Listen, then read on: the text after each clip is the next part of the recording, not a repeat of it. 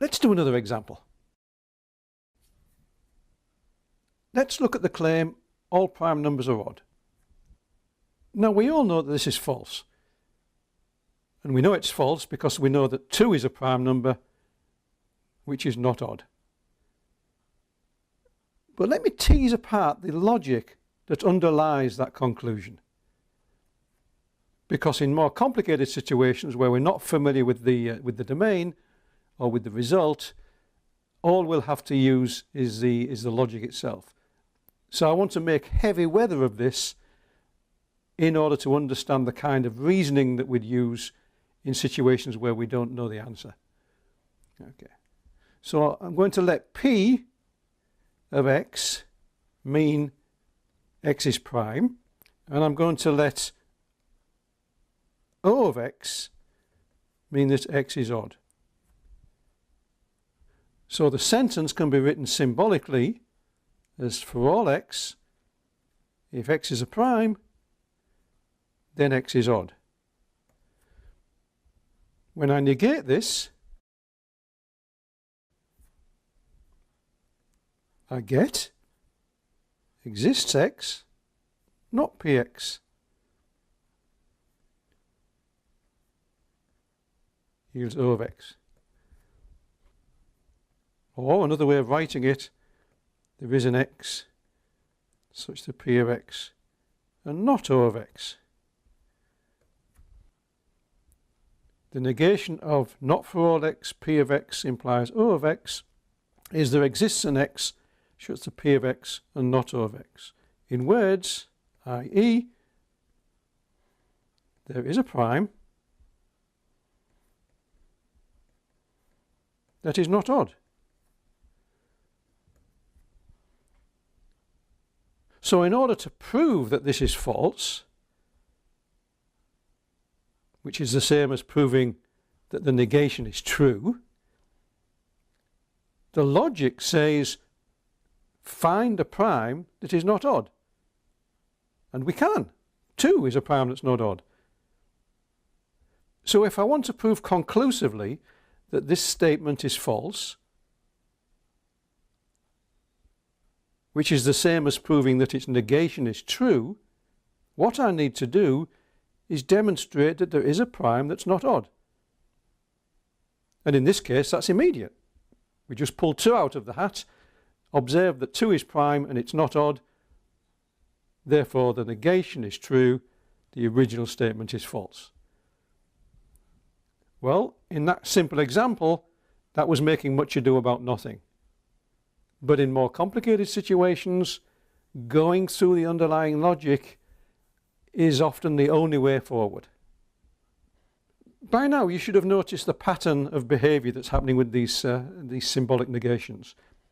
When we negate, a for all becomes exists, and the for all sort of jumps inside, and when it jumps inside we can manipulate it and get the result into a positive form, where the negation is at the most innermost point.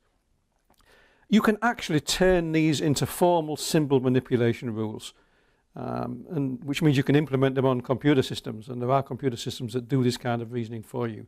I'm recommending very strongly that you don't do that, because what we're trying to get at is mathematical reasoning, and moving symbols around, doing symbolic manipulation is not mathematical reasoning. It's connected with mathematical reasoning, it supports mathematical reasoning, we can use it in mathematical reasoning, but the real essence of what we're trying to do is to understand what the statements mean, understand what the symbols represent, and reason with the concepts. It's reasoning with concepts that mathematical thinking is all about, not symbolic manipulation. Okay, we showed that this was false by finding a counterexample. In this case, the counterexample was 2. Supposing I modify it as follows. All prime numbers bigger than 2 are odd. In symbols, for all x bigger than 2, if x is a prime, then x is odd. Okay? Now I'm going to give you a quiz. What is the negation of this statement? Is it 1, there exists an x less than or equal to 2, such that P of x and not O of x? Or is it 2? There exists an x greater than 2 such that p of x and not O of x. Okay, which one of those two do you think it is? Well, the correct answer is 2. It says there exists a number bigger than 2 which is prime, it is not odd. That's the negation of that statement. Why isn't it number 1? Well, because the original statement is about numbers bigger than 2. So the negation must be about numbers bigger than 2. We don't simply negate every symbol in sight and say, well, in terms of the ordering on the real line, if we negate something being bigger than 2, then it means it's less than or equal to 2. That's a symbolic negation. That's a sort of a detailed, localized negation about the ordering on the real line. But the sentence as a whole means something about all numbers bigger than 2. So its negation means something about all numbers bigger than 2. Okay? Well, let's move on. Let x denote a person. Let p of x mean x plays for sports team T. And let h of x mean x is healthy. And let me look at the statement, there is an x such that p of x and not h of x. What does that mean in everyday English? There is an unhealthy player on team T. Now let me negate that. I'm going to find the negation by symbolic manipulation. Now this, remember, is the method that I'm suggesting that we don't use. I'm doing it that way in order to illustrate the mathematics and the underlying logic. If we negate this, we know that when we negate an exists, it turns into a for all. And then the negation moves inside, if you like.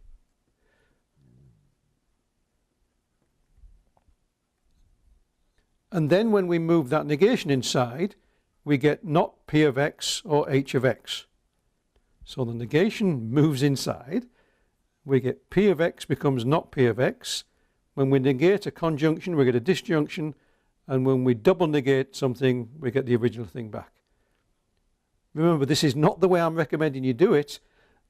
I'm doing this as an illustration of the underlying logic. Well, this thing looks familiar. Remember when we looked at the conditional? P conditional Q means the same as not P or Q. They have the same truth table. So this guy can be rewritten as P of x equals h of x. In English, all players on team T are healthy.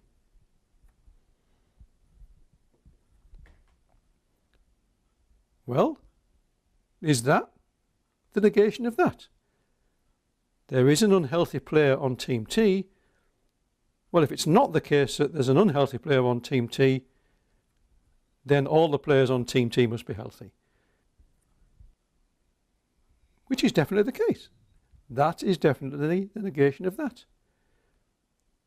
And again, let me stress, this is not the way you should do this kind of thing. I'm using this to illustrate how negation behaves with quantification.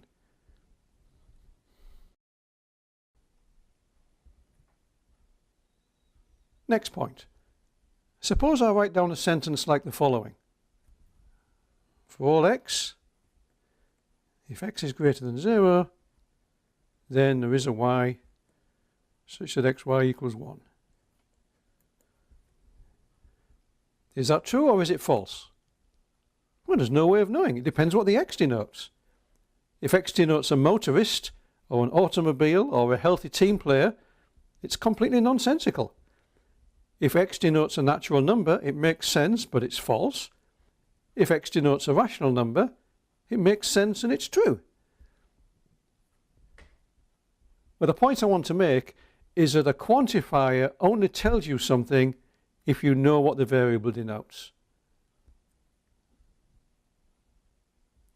Associated with any quantifier, we have what's called a domain of quantification, which tells us what does the x denote. If the domain of quantification is obvious, if we've set it in advance or the context makes it clear what it is, then we can use statements like that. If there's any danger of misunderstanding, if there's any potential ambiguity, we can make the quantifier more explicit by stating the domain of quantification. To make this more explicit, I could write it as,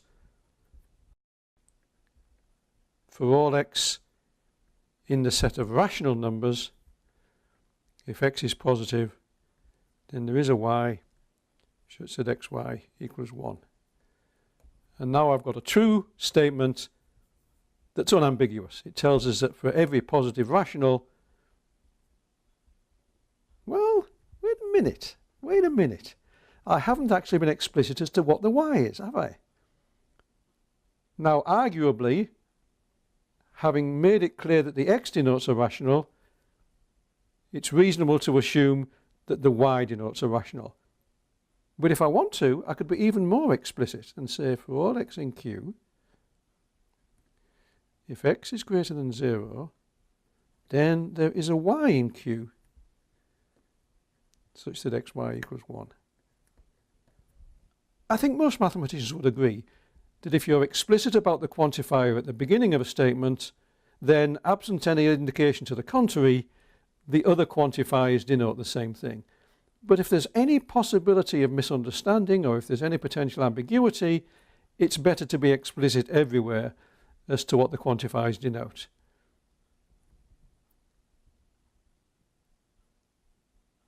Something else you need to be aware of with regards to quantification is that mathematicians sometimes omit the quantifier. We write things like, if x is greater than or equal to 0, then square root of x is greater than or equal to 0. If you see an expression like this, what that means is the following. For all x, perhaps in R, or perhaps in something else, for all x in R, x greater than or equal to 0 implies square root of x greater than or equal to 0. Or something like that, depending on what the x denotes. I've assumed from the context, and this is a reasonable assumption, I've assumed that the variable is meant to range over the real numbers. Even though there's no explicit quantifier here, this would be read as meaning something like that. This is what's known as implicit quantification. The mathematician is simply leaving out of the formal expression any explicit mention of the quantifier. It's left implicit in the way this is written. Now, this is a fairly advanced point. I'm certainly not recommending you do this, but the professionals do this all the time, so you need to be aware of it in case you come across it in something that you read. But please avoid doing this.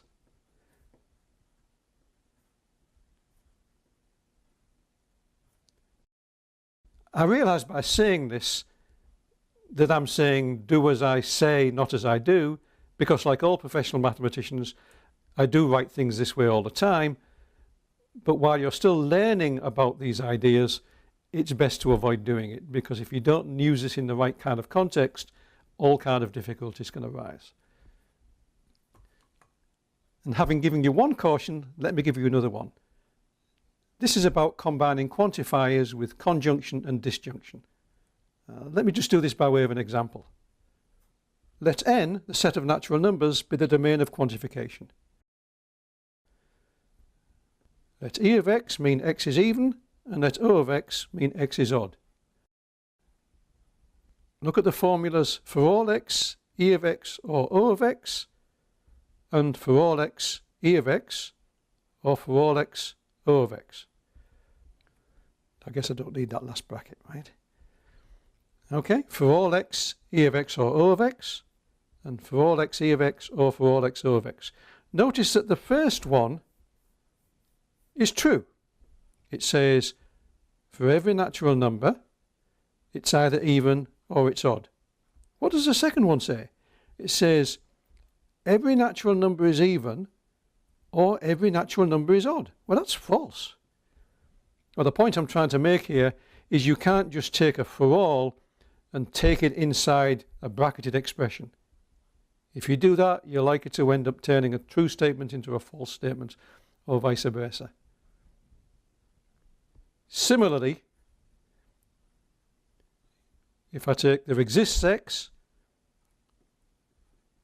e of x and o of x, we'll do it with an and this time, and I'll take exists an x, e of x, and exists an x, o of x. Again, I've put that extra bracket in there. Can't stop myself doing that. What have I got? This says there is an x which is both even and odd, which is false. What does this one say? There is an x that's even and there is an x that's odd. That's true. So the same thing happens with exists and conjunctions, say. You can take an existence statement like this, and in this case it's false, but if you pair them up in this way, it's true. In other words, be very careful when you're reasoning with quantifiers, conjunctions and disjunctions. You can't simply take things inside the way you sometimes do in arithmetic. If you think about what these things mean, you're not likely to run into that difficulty. But if you start treating these as symbolic expressions to manipulate, then things could go badly wrong. Time for a quiz.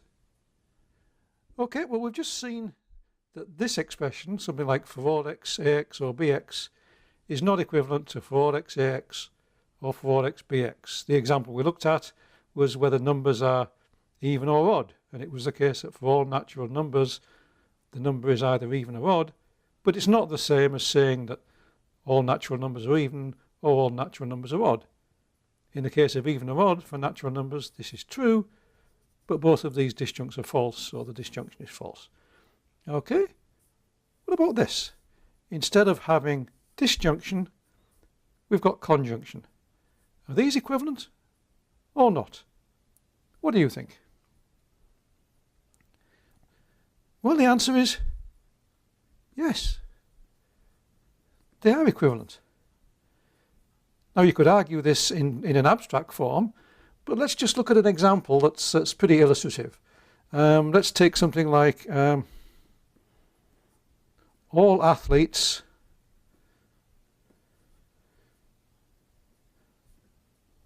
are big and strong.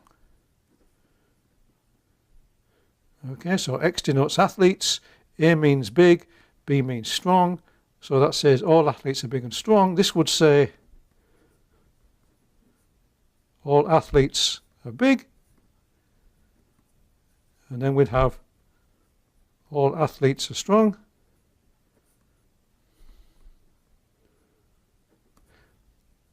And it's pretty clear that in the case of the example, that is equivalent to the conjunction of those two.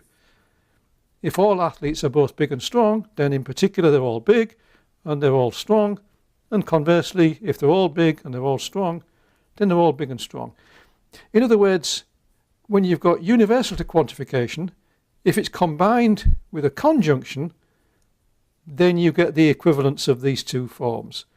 But if universal quantification is combined with a disjunction, they're not necessarily equivalent. I mean, this isn't a proof, this is just an example. But if you take that example, you should be able to come up with a simple little logical argument showing that that implies that, and conversely that implies that. So the answer is yes in this case. Let's look at another variant. Well, again, in this case, when we had even and odd numbers, that showed that these are not necessarily equivalent. But what about this, where we have an existential quantifier combined not with a conjunction, but with a disjunction? Do we have equivalence in this case? What do you think? Again, the answer is yes.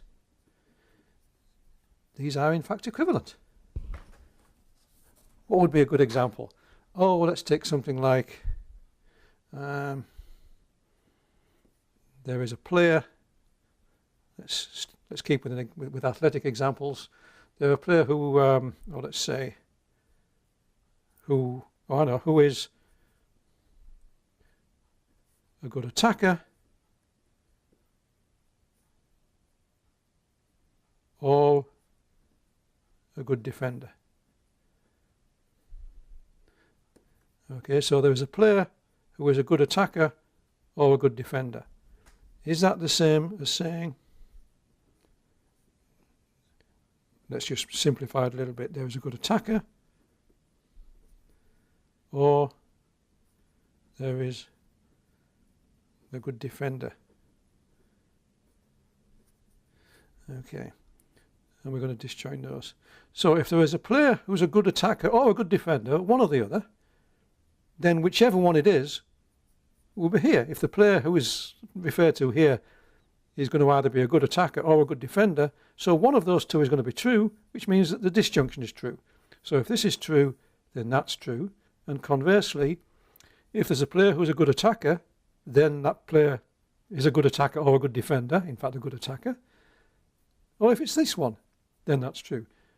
So we have an implication that way with a disjunction, and we have an implication that way with a disjunction. They're equivalent. Again, this isn't a proof. This is just an example to illustrate the fact. But you shouldn't have any difficulty taking that example and turning that into a simple little argument. At least I hope you won't have any difficulty doing that. Turning that into a simple argument to show that that implies that and that implies that. So in the case of existential quantification, if we have it with a conjunction, then we don't get equivalence. But if we have it with a disjunction, then we do have equivalence. And if you think about what's going on here, the fact is that for all is like, and let me put quotes on here because this is a sort of a specialized use, for all is like conjunction and exists is like disjunction. Because for all says something's true for all, and conjunction means that all of the conjuncts have to be true. This simply says there's at least one, and this says that there's at least one. So that's all about all things, and that's about at least one. So we get good behavior, or whether you call this good or not, you get this nice behavior if we have exists with disjunction, because exists is essentially a disjunction sort of thing. And for all is that was on the previous slide, for all is really a conjunction sort of thing. And it's when they're mixed up, when you get the disjunctive thing here and the conjunctive thing here, that things fall apart. Okay. Well, there you go. How did you get on with those two parts of the quiz? And this is the last point I want to make about quantifiers. Suppose we're having a discussion about, let's say the real numbers.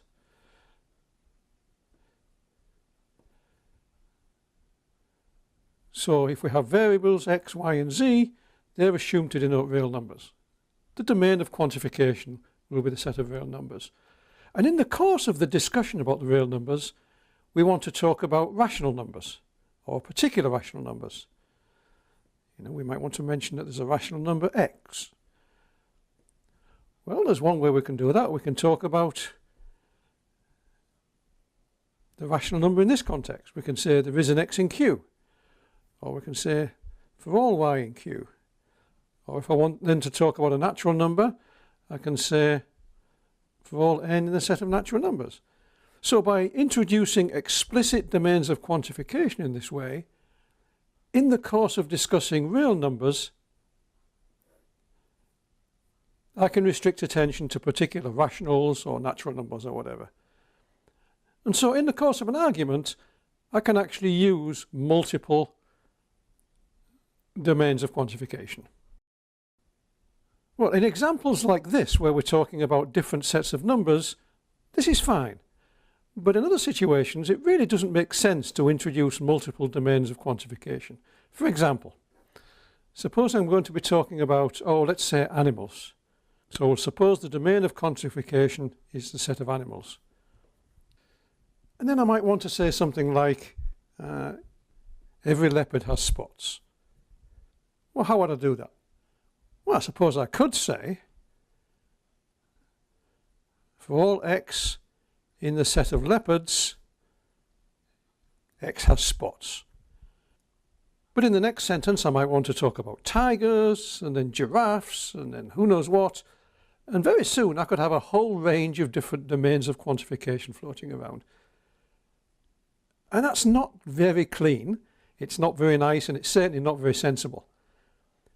Because the discussion isn't really about leopards, or tigers, or giraffes, or whatever. It's about animals. And if the discussion is about animals, then the set of animals should be the domain of quantification.